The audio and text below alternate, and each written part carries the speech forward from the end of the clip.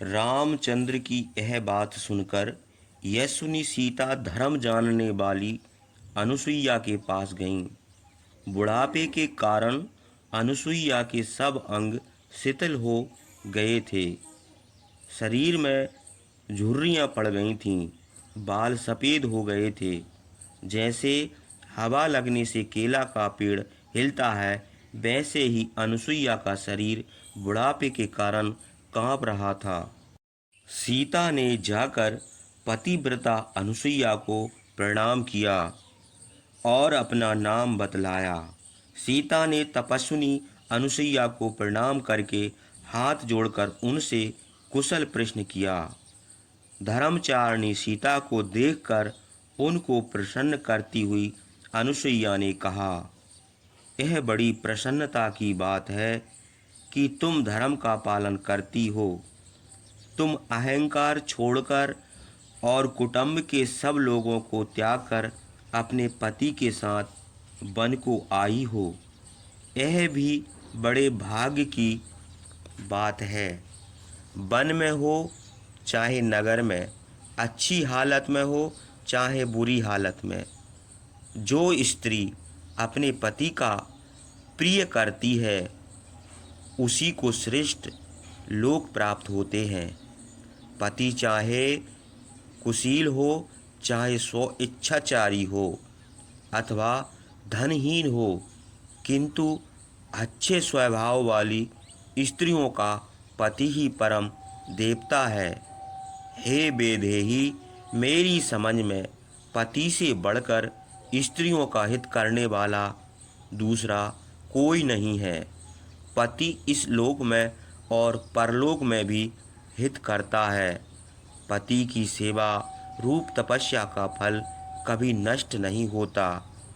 काम के वशीभूत अस्थि स्त्रियां जो केवल अपने भरण पोषण के लिए पति को भरण पोषण करने वाला मानती हैं, वे इन गुणों दोषों को नहीं जानती। इस प्रकार की स्त्रियां निंदनीय हैं। वे यश और धर्म से भ्रष्ट होती हैं। संसार के अच्छे बुरे धर्म जानने वाली तुम्हारे समान जो स्त्रियां पति का अनुगमन करती हैं, उन पुण्यवती स्त्रियों को स्वर्गलोक प्राप्त होता है।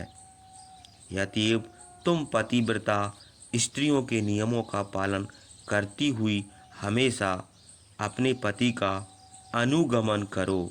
पति की सेवा को अपना श्रेष्ठ धर्म समझो। इससे तुम धर्म और यश प्राप्त करोगी।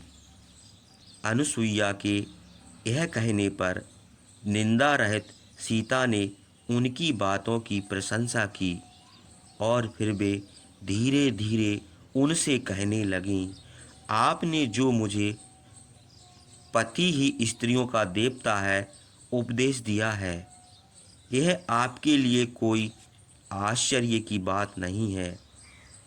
मैं भी यह बात जानती हूँ। यदि रामचंद्र चरित्रहीन होते, दरिद्र होते, तो भी दुविधा छोड़कर मैं उनकी सेवा करती, किंतु ये तो प्रशंसनीय है, गुणों से युक्त है, दयालु, जितेंद्रिय और धर्मात्मा है, मुझसे दृढ़ प्रेम रखते हैं, माता और पिता के समान मुझे प्रिय हैं। महाबली रामचंद्र कौशल्या के साथ जैसा बर्ताव करते हैं, वैसा ही दूसरी माताओं के साथ भी करते हैं। यहाँ तक कि राजा दशरथ ने एक बार भी जिस स्त्री की ओर देखा है, उसे भी धर्मज्ञ और रामचंद्र माता के समान मानते हैं। निर्जन वन को चलते समय मेरी सास ने भी ऐसा ही उपदेश दिया था। उनकी बातें मुझे अच्छी तरह याद हैं। मेरे विवाह के समय अग्नि के सामने मेरी माता ने मुझे जो उपदेश दिया है, वह भी मुझे स्मरण है। हे धर्मचारिणी, पति की सेवा के सिवा दूसरी कोई तपस्या नहीं है। इस आपके उपदेश से मेरी माता और सास का उपदेश मेरे हृदय में जाग उठा है। सावित्री पति की सेवा करके स्वर्ग लोक को गई है। आप भी पति की सेवा के प्रभाव से स्वर्ग लोक को जाओगी। संसार की सब स्त्रियों में श्रेष्ठ स्वर्ग की देवी रोहिणी एक मुहूर्त भी चंद्रमा के बिना नहीं देख पड़ती। इस प्रकार की पतिव्रता श्रेष्ठ स्त्रियां अपने पति की सेवा के प्रभाव से स्वर्ग लोक में निवास करती हैं। सीता की यह बातें सुनकर अनुसुईया बड़ी प्रसन्न हुई। उन्होंने सीता का माथा सूंघकर प्रसन्न करके फिर उनसे कहा, हे जनक नंदिनी, मैंने अनेक प्रकार के नियमों का पालन करके जो कठोर तपस्या की है, उसी तपोबल से आज तुमको वरदान दूंगी। हे वैदेही, मैं तुम्हारी युक्ति संगत मनोहर बातें सुनकर बहुत प्रसन्न हुई हूँ। यतिएव बतलाओ, तुम्हारा क्या प्रिय करूँ। अनसुईया की यह बात सुनकर सीता को आश्चर्य हुआ। उन्होंने मुस्कुराकर कहा, आपकी कृपा से मेरे सब अभिलाषाएं पूर्ण हैं। धर्म जानने वाली अनसुईया ने प्रसन्न होकर सीता से फिर कहा, सीता, तुमको देखकर मुझे बड़ा हर्ष हुआ है। मैं तुमको उचित वरदान देकर अपना हर्ष अवश्य सफल करूंगी।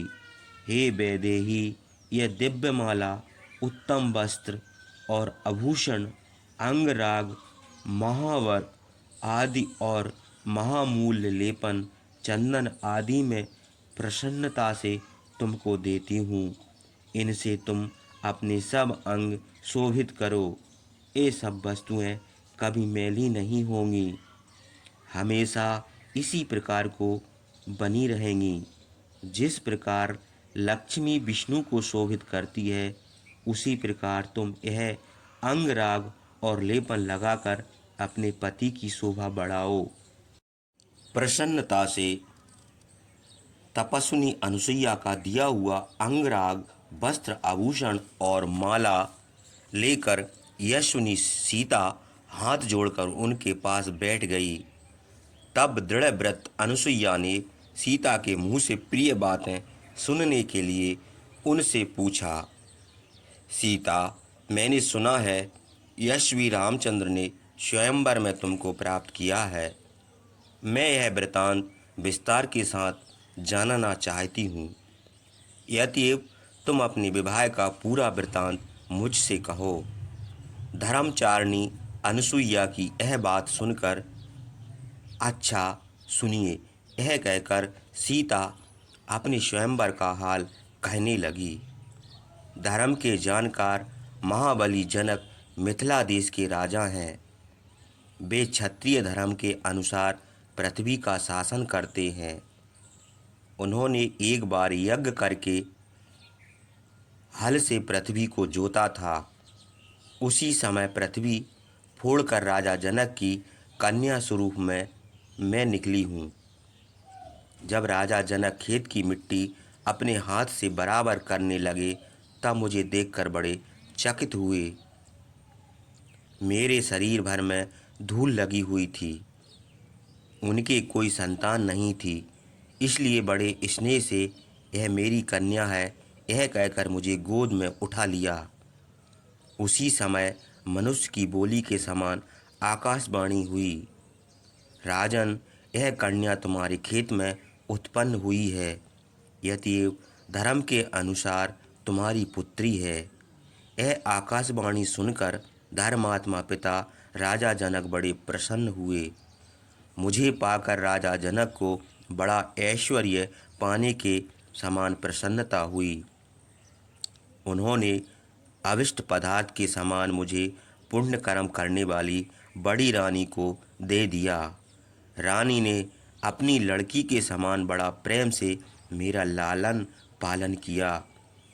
उसके बाद जब मैं विवाह के योग हुई, तब मुझे देखकर धन का नाश होने पर निर्धन मनुष्य के समान मेरे पिता को चिंता हुई, क्योंकि कन्या का पिता चाहे इंद्र के समान भी हो, किंतु वर पक्ष के लोग उसका तिरस्कार करते हैं।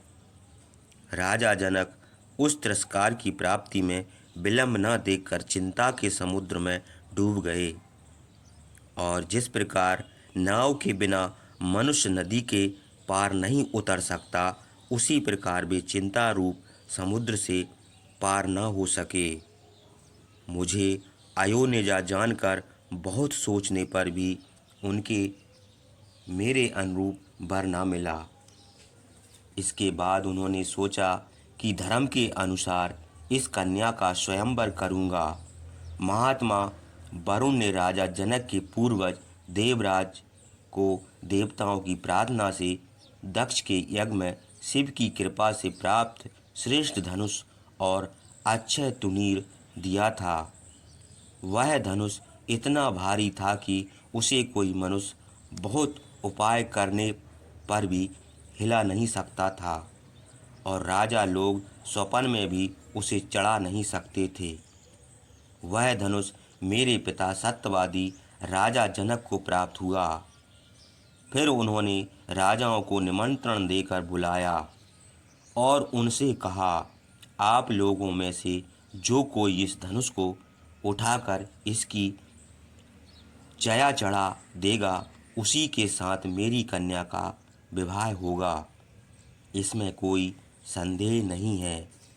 राजाओं ने पर्वत के समान भारी उस धनुष को देखकर उसके उठाने का उद्योग किया, किंतु उसे कोई उठा न सका, और प्रणाम करके सब राजा अपने अपने देश को चले गए।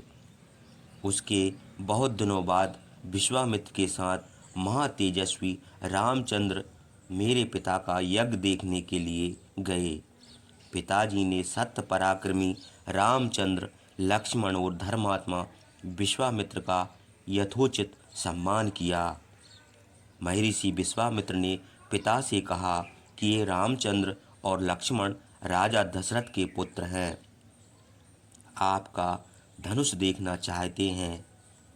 आप इन राजकुमारों को अपना धनुष दिखा दीजिए।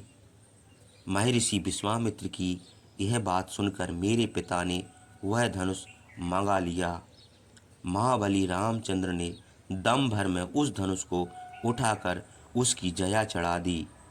बड़े बेग से खींचते ही उस भारी धनुष के 2 टुकड़े हो गए। उसके टूटने पर वज्र गिरने का सा भयंकर शब्द हुआ। तब सतप्रतज्ञ मेरे पिता ने जल का पात्र लेकर रामचंद्र को कन्यादान करने का निश्चय किया, किंतु रामचंद्र ने अपने पिता राजा दशरथ की आज्ञा के बिना विवाह करना स्वीकार नहीं किया। तब पिताजी ने मेरे ससुर वृद्ध राजा दशरथ को बुलाया और उनकी आज्ञा से रामचंद्र के साथ मेरा विवाह किया। उसके बाद मेरी छोटी बहन उर्मिला का विवाह लक्ष्मण के साथ कर दिया। इस प्रकार स्वयंवर में रामचंद्र के साथ मेरा विवाह हुआ। उसी समय से मैं धर्म के अनुसार महापराक्रमी पति रामचंद्र पर अनुरक्त रहती हूँ। सीता के मुँह से उनके स्वयंवर की कथा सुनकर धर्म जानने वाली अनसुईया ने उनका माथा सूंघकर दोनों हाथ फैलाकर उनको छाती से लगा लिया और उनसे कहा, हे मधुर भाषिनी, तुमने अपने स्वयंवर का वृतांत मधुर शब्दों में वर्णन किया है। उसे सुनकर मुझे बड़ी प्रसन्नता हुई है। अब सूर्य अस्त हो गए हैं और रात आ गई है। दिन में खाने के लिए इधर उधर गए हुए पक्षी अब संध्या के समय सोने के लिए अपने अपने घोंसलों में आ गए हैं। यह उनका शब्द सुन पड़ता है। यह देखो, मुनिगण स्नान करके भींगे हुए बतकल और जल का कलश हाथ लिए हुए आश्रम को लौट रहे हैं। ऋषियों ने विधि पूर्वक होम किया है।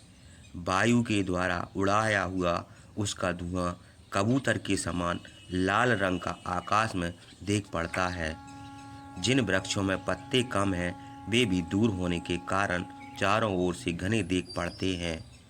रात में चलने वाले जीव इधर उधर घूमने लगे हैं। तपोवन में रहने वाले मृग पवित्र वेदियों पर सो रहे हैं। हे सीते, नक्षत्रों से अलंकृत होकर रात आ गई है। चंद्रमा भी अपना प्रकाश फैलाकर आकाश में उदय हो गए हैं। यति मैं आज्ञा देती हूँ, अब तुम रामचंद्र के पास जाओ। तुम्हारी मधुर बातें सुनकर मुझे बड़ी प्रसन्नता हुई है। बेटी, तुम मेरे सामने ये सब अलंकार पहन लो। इन दिव्य अलंकारों से शोभित होकर मुझे प्रसन्न करो। देव कन्या के समान सुंदरी सीता ने सब अलंकार पहनकर अनुसुईया को प्रणाम करके रामचंद्र के पास चली गईं। सीता को अलंकार पहने हुए देखकर तपस्विनी अनुसुईया के प्रतिदिन से रामचंद्र को बड़ा हर्ष हुआ। सीता को अलंकार पहने हुए देखकर तपस्विनी अनुसुईया के प्रतिदान से रामचंद्र को बड़ा हर्ष हुआ। उसके बाद सीता ने रामचंद्र से तपस्विनी अनुसुईया के वस्त्र, आभूषण और माला आदि देने का सब हाल बताया। अनुसुईया का प्रसन्न होकर वस्त्र आदि देना मनुष्य के लिए दुर्लभ है। सीता का यह सत्कार देखकर रामचंद्र और महारथी लक्ष्मण को बड़ा हर्ष हुआ। तपस्वियों से सम्मानित होकर चंद्रमुखी सीता को अलंकृत देखकर रामचंद्र ने बड़े हर्ष से उस रात को वहीं निवास किया। दूसरे दिन प्रातःकाल दोनों भाइयों ने स्नान करके वनवासी ऋषियों के पास जाकर विदा मांगी। उस समय तपस्वी लोग हवन कर चुके थे। धर्मचारी तपस्वियों ने रामचंद्र और लक्ष्मण से कहा कि इस वन में राक्षस बड़ा उपद्रव करते हैं। हे रघुनंदन, मनुष्यों का मांस खाने वाले राक्षस और रुधिर पीने वाले हिंसक जीव इस वन में बहुत हैं। वे अपवित्र और असावधान धर्मचारी तपस्वियों को खा लेते हैं। यदि आप उनको यहाँ से भगा दीजिए। महर्षि लोग इस मार्ग से वन में फल ले आते हैं। आप भी इसी मार्ग से दुर्गम वन को जाइए।